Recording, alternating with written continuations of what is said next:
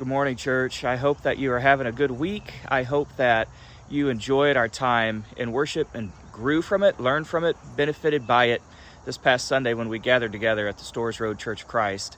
And we were in Mark chapter 11 primarily, as well as flipping back to Jeremiah chapter 7 and Jeremiah chapter 8 to try to help us make sense of some of the strange things it seems that Jesus was doing right after what we call his triumphal entry into Jerusalem for that final week, Passion Week, before his crucifixion. And we spent some time talking about how he cursed a fig tree because it didn't have any fruit on it. And while that seems odd on its face, in reality, it was an enacted parable again. It was an action teaching to bring back to mind things that God had said and done with his people hundreds of years before during the time of the prophet Jeremiah. And so we connected those two events and those two texts as a way to help us understand that what Jesus in part was doing when he cursed that fig tree and when he went in and overturned the tables and drove out the money changers from the temple courts before Passover, that it was God's issuing of judgment against a people who had borne no fruit, spiritually speaking, and how God still inspects us and expects us to bear fruit for him, for his kingdom, to advance his mission.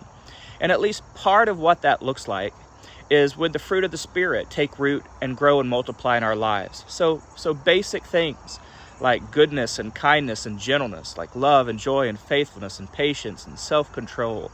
Not that those are simple things really, but those are basic building blocks that should take root and blossom and flower and grow fruit in our lives. And so let's continue to think about that, and let's pray about those things, that God will help those things to be gifts that the Spirit gives us so that we can be more like him, more like Jesus in the way we interact with the people around us. Tonight at 7 o'clock, this is Wednesday, we have our Zoom classes, and so please make sure that you jump on if you have any opportunity at all and be part of that conversation as we talk not just about what I said on Sunday, but about these concepts and those texts and how we apply them to our lives. So even if you aren't part of our church, even if you weren't there on Sunday, you can join us. Just send me your email address, and I'll make sure you get the Zoom request link. It's you can text it to me at 316-200-7780, and I'll make sure you get that invitation today. God bless. Hope to see you tonight.